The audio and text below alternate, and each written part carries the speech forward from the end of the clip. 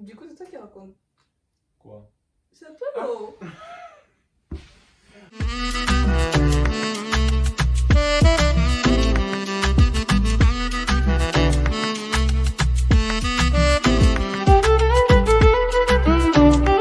Bon, en fait, moi, ma part, c'est pas très énorme. Parce que déjà, moi, j'ai voyagé un mois environ après avoir reçu le visa. J'ai eu le visa en septembre et voyagé en octobre. Toi, tu as eu toi tout ton J'ai eu tout temps. mon temps et j'étais prêt la semaine où on m'a remis le visa, s'il te plaît. Juste que ma mère a dit que non, je ne peux pas voyager là. Et non, notre secret avec ma grand c'était genre, je devais venir et puis je devais aller à Bruxelles. Mais ma mère a dit non, que je reste là, j'attends. Que je vais voyager en octobre parce que l'école, c'était même quand? C'était en octobre, non, ma rentrée à moi pour les cours de langue. Mhm. Comme ça que je suis resté. Ça m'énervait même. Et en plus, elle n'était même pas à la maison avec moi. Elle était en voyage pour un mariage là à Yaoundé. Après, elle vient. On a eu. Bon, moi j'ai eu le visa avant ma petite soeur. Elle l'a eu pour la Turquie. Moi j'ai eu pour l'Allemagne. Après, maintenant, quand elle est rentrée, ma petite soeur, elle était à Yaoundé pour le mariage toujours.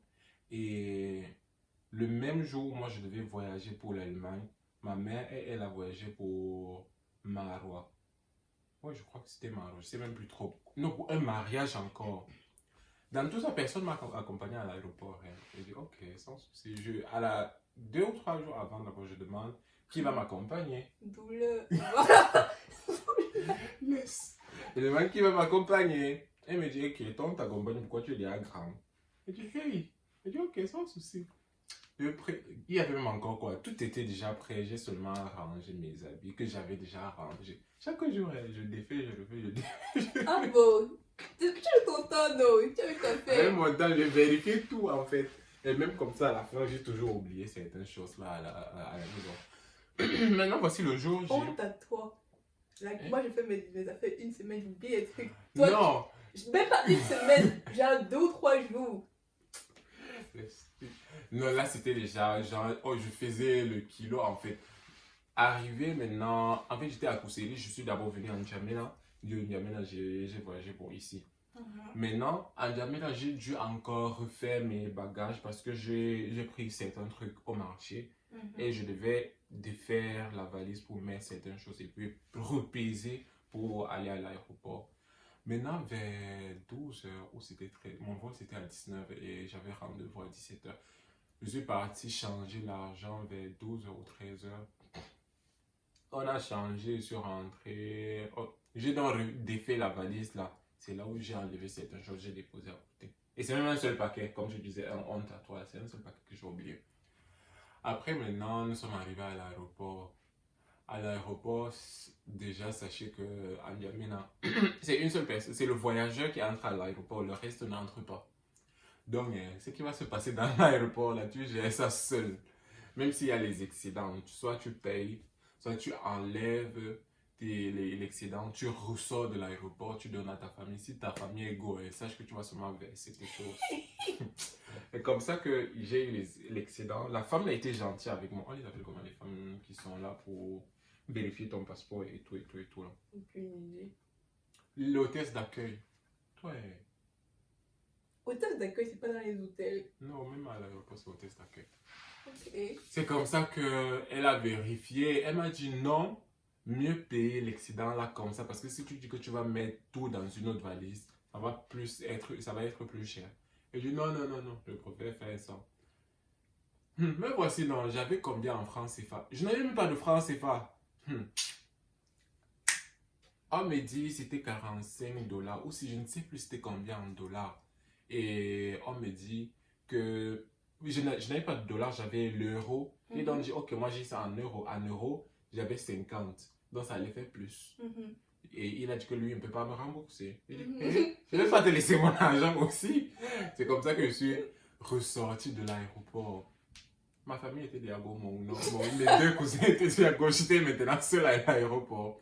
Oh God. J'ai changé l'argent en francs CFA, l'argent que j'ai même mis dans un sac. Je savais tellement j'étais embrouillé, stressé, je cherchais dans le truc. dans le sac. Je ne voyais plus. J'ai commencé à transpirer et tout. Tu sais comment ça s'est passé? Pour réduire ma valise, j'avais un pull. J'avais d'abord les longues manches en pull. J'ai ajouté un autre pull. Et puis j'ai encore mis un autre pull. Tout ça pour réduire l'excédent. Et j'avais chaud. Et ça a diminué. Ça a quand même diminué. J'avais chaud, Seigneur. C'était dans le trolley et le trolley ne s'est fait même plus long. Du coup, je devais mettre tout. Il n'y avait personne à l'aéroport. Je devais laisser ça à Kigali. Non, mais ton trolley, tu as mis les kilos en plus dans ton trolley. Oui, le trolley, on ne contrôlait pas en fait. C'était 8. Ah ouais, c'est pas Mais oui, mais quand même, le monsieur là, comme il m'a remarqué et qu'il avait vu que c'était un truc camerounais, il a dit c'est 8 qui montent. Et moi j'étais déjà peut-être 12. Et dit à l'heure là, tu as menti. Je devenais déjà bête avec lui. C'est comme ça qu'un autre monsieur m'a appelé à côté. Il a dit viens, calme-toi. Dès qu'il va se retourner, tu vas passer. J'ai dit ok, sans souci. C'est comme ça que je suis sorti. J'ai changé l'argent en France. Et je suis venu payer l'excédent.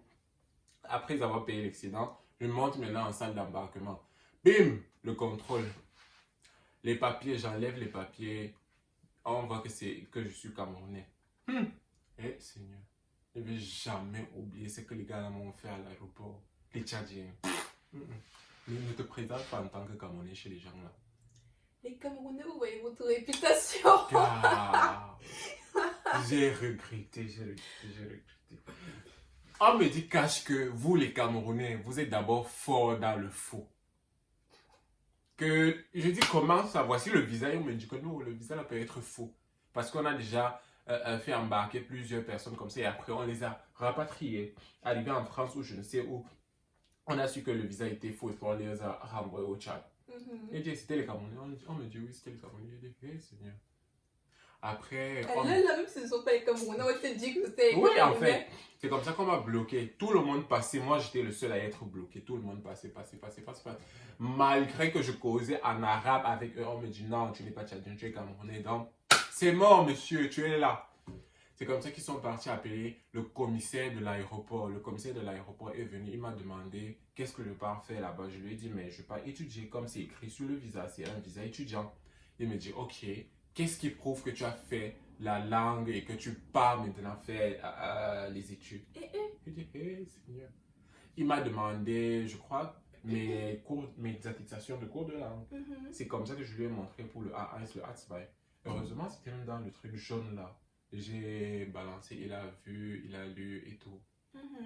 Il dit ok c'est bon, c'est comme ça qu'il est parti. Il dit au contrôleur là que c'est bon, il va pas revenir, il m'a promis et tout. J'ai dit il t'a promis ça quand en tout cas c'est un problème. Moi je veux passer. Je passe, je pars m'asseoir maintenant, 15 minutes plus tard on dit c'est bon, l'avion est là, c'est prêt, il faut qu'on aille parce qu'on va décoller. En partant maintenant, je devais sortir, descendre sur le tarmac et puis prendre le bus. Il y avait encore le contrôle. Bim, on me bloque que je suis camerounais. On me met à côté. Tout le monde passe. Et les gars ne faisaient que me voir. Les gars qui passaient là ne faisaient que me voir. Ils disaient, Seigneur, ça c'est quoi ça? Les gars là sont passés. Après, c'est quand je crois bien que tout le monde avait déjà embarqué. Hein. C'est là où on me laisse maintenant descendre. Non, pas embarqué, il était déjà dans le bus, autant pour moi. C'est là où on me laisse aussi descendre sur le tarmac pour prendre le bus. Parce que le bus devait déjà partir. C'est comme ça que je descends, j'entre dans le bus. Tout le monde était assis, on me regardait. Je pouvais être bête. J'arrive maintenant dans l'avion, j'appelle mes cousins, j'explique voici tout ce qui s'est passé, tout, ça m'a chop. Et mon voisin, lui, il descendait en Turquie, c'est comme ça qu'il me regardait, il riait. Je pouvais me l'insulter. C'est comme ça qu'on a... Hey, non, on n'a pas décollé directement. Il a commencé à pleuvoir, on a dit que le vol, le décollage a été retardé. Il dit quoi? Donc tout ce que j'ai vécu là, c'est pour qu'on me dise que je ne vais pas partir en bain aujourd'hui. Il dit, hé Seigneur, c'est quoi ça? C'est quelle épreuve ça? Dès qu'on a dit, ok, c'est bon, on va décoller, j'ai d'abord mis, tu vois la vidéo du gars qui dit, bon, bye bye là, non? J'ai mis ça sur mon statut WhatsApp directement. Bon, bye bye. C'est comme ça que les gars ont commencé à m'écrire. Je dis que vous n'avez rien vu, je suis parti. Je n'ai pas répondu. Et commencé. On est d'abord parti sur Kinshasa, on est venu à Istanbul. Istanbul maintenant. Car c'était déjà le matin, on atterrissait, c'est comme ça qu'on a... Bref, j'ai sympathisé avec mon voisin, là, avec un autre Tchadien aussi qui était à côté de nous. Les gars ont pris mon numéro jusqu'aujourd'hui, moi jamais écrit. Vrai, c'est moi je me rappelle en fait. On a bien sympathisé et tout, mais moi je me sentais. Ils Parce ont que... pris par politesse. Oui, ils ont pris par politesse. Normalement, même, je devais demander le numéro en retour. Moi je l'ai pas fait. Voilà. Le c'est pour taureau, je me sentais. Et il restait en truc. L'autre, c'est même le chouan. Il ne venait même pas en baigner. Il partait au Sénégal. Il partait quoi? Il est à l'Afrique, moi je suis en bain. Et qui est? Regarde, non. C'est bien. Comment tu peux venir tu prends l'avion pour le Sénégal, on te fait d'abord venir en bain. Et puis on te ramène en Afrique. C'est quand même bien. Attends, donc il a fait escale en Turquie. Il On a est fait- quitté du camp de Djamena. Oui, le Djamena. Oui, en Turquie. On a fait l'escale à Kinshasa. Il est venu à Istanbul. Il est descendu, genre, pour prendre l'autre avion qui va le ramener au Sénégal. Comment ça se fait? Non, tu es là, il pète. On te fait tourner au monde. Eh non, ça fait quand même bien. Au moins, s'il est venu en Turquie, il a quand même vu l'aéroport de Turquie. Il n'est pas seulement parti au Sénégal directement. Oh, c'est comme ça que, oui, je suis descendu. Bon, moi, j'ai pas eu de problème à retrouver mon terminal. Moi, par rapport à elle, là, je suis quand même... Vous voyez un peu. C'est comme ça que vers 12h, je crois que c'était F13B, le vol. Je devais prendre l'avion à 12h25 ou quelque chose comme ça. J'ai pris le vol. J'étais fatigué quand même, mais je n'avais pas mangé. C'est comme ça que je suis entré dans le vol, on a embarqué, on a décollé. Je me suis endormi à un instant. On dit ça à un instant. Je me suis endormi un instant là. Et puis, quand je me suis réveillé, j'ai vu les blancs partout et j'ai sursauté. Gars, franchement, j'ai sursauté. Moi, dans ma tête, c'est que j'étais déjà mort, genre. Je suis entouré de personnes blanches. Gars, non, c'est traumatisant. Hein. Je me suis endormi un instant, là, je te jure, dès que j'ai réouvert les yeux, je vois blanc. On était 2 mois dans l'avion, moi et une fille là. Cette fille même, une faux. Pas une voleuse. Je peux pas dire une voleuse. Une voleuse, elle a pris mon argent, elle est partie avec. C'est une voleuse. Elle a pris ma pièce, en fait. Quand je suis arrivé... 1 euro à bas. Oui, c'est une voleuse. 1 euro, c'est 655, s'il te plaît. Je peux faire le transfert et ça me fait les mégas. C'est comme ça que... Elle me parlait en anglais. Elle me dit, où c'est Queen, où c'est Queen. Quoi, pièce en anglais, c'est Queens. Queens. Coins. Yeah, c'est Queens. C'est Bitcoins, non? Oui. C'est le Queens. C'est comme ça que... Elle est venue. Do you have coins? Elle est comme ça. J'ai dit, please. J'imagine, non. Ah, mais je sais pas si tu es vite mal avec ça. Est-ce que j'essaie d'imaginer, mais je n'arrive pas. Non, je ne comprenais pas l'anglais. Et moi, elle me parlait coins. Ok. C'est comme ça que mon beau-frère, lui m'a vu à travers les vitres. Il a dit, tu as les pièces. J'ai dit, non, j'ai pas de pièces. C'est comme ça qu'il m'a donné les 1 euro.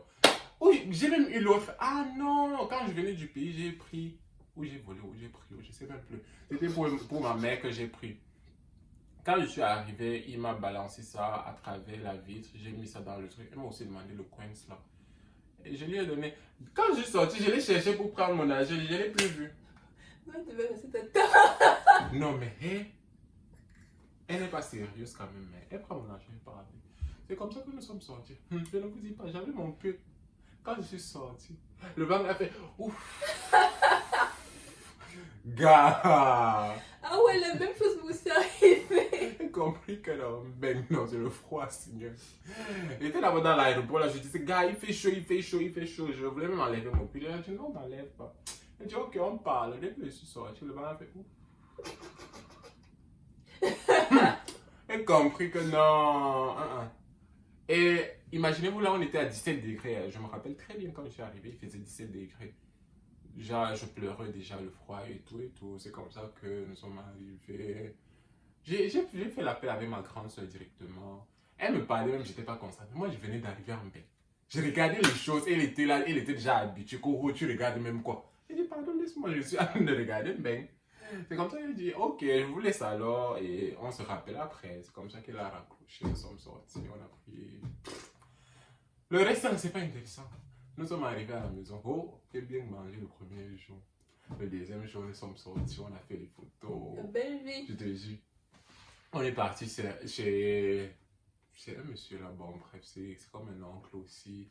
On a fait un barbecue interne. Oui, oui, barbecue interne, pas le barbecue. Parce que c'était l'hiver commençait, on a fait le barbecue. On a fait le barbecue, c'était bon, hein, c'était franchement bon. Non, non, non, toi tu ne connais pas ça, Asia. Quoi, je connais pas le barbecue interne. On t'a fait ça quand? On t'a fait ça. Ah, moi, je te rappelle que je suis pas Tchendo, c'est mon nom. Ah, je savais pas, j'ai oublié. C'est comme ça que on a fait le barbecue interne. Ah, tu sais que moi j'avais mon pull, limite Maya que même ma petite, la fille de l'oncle chez qui je suis descendu, elle était en t-shirt. De 18 degrés. Mais, gars, j'ai pas compris en fait, parce que 18 degrés de Yaoundé c'est différent de 18 degrés d'ici. C'est leur problème. Bref, c'est comme ça que, Seigneur, le lundi, la route pour Kloster Tellerfeld. Et puis ça, c'est encore une autre histoire qui a commencé, tu sais, la fête et tout, et tout. On va vous raconter ça la prochaine fois. Dans So, une prochaine vidéo. L'histoire de Kloster, on n'a pas déjà raconté Kloster. Non. C'était mon expérience en fait. Ah d'accord, ouais. Bien, bah, c'est comme ça que mon expérience N'Djamena, Berlin et... En tout cas, si tu es Camerounais sur les papiers, non, pardon, je te conseille pas de voir par le chat. Parce que ça va être traumatisant. Moi, franchement, Et comme on a une réputation qui... On a une réputation qui nous précède. Ah ouais. So, bon. On arrive à la fin de cette vidéo. J'espère qu'elle vous aura plu. Et instruire. Oui, aussi. Parce que il faudra... Bon, du côté Cameroun, plus précisément, l'histoire qu'on t'a passé le sac et puis on t'a arrêté après. Et là... Bon, on peut dire qu'elle a échappé belle, oui. J'ai failli expérimenter ça. Ouais, justement. Bon. Quand vous faites vos valises, je sais pas, préparez bien vos voyages, je sais pas comment. Ouais. En tout cas, dans ma famille, on est déjà habitués, genre les trucs de dernière minute, en fait, nous, ça nous connaît déjà. Je sais pas si je peux dire ça comme ça. Soyez comme moi, soyez comme moi. Voilà. Un mois avant, il faut déjà être prêt. Je me rappelle même, jusqu'à mes frères se moquaient de moi. En fait, tu vois, on avait lavé mes habits avec le truc là. Il y avait le vache aussi. Oui. D'habitude, on ne l'avait pas avec ça. Donc... Du coup, quand j'ouvrais ma valise, ça avait une odeur là. Et moi, je me disais que c'était déjà l'odeur de mbeng. Je vivais déjà mbeng avant le temps. C'est comme ça que j'ouvrais ma valise presque tout le temps. Ah ouais. Bon, j'espère que la vidéo sera plu et n'oubliez pas de lâcher les commentaires et les likes. Likez, commentez, partagez et activez la cloche de notification. Nous sommes à combien d'abonnés nous là? C'est bon. So. Ciao.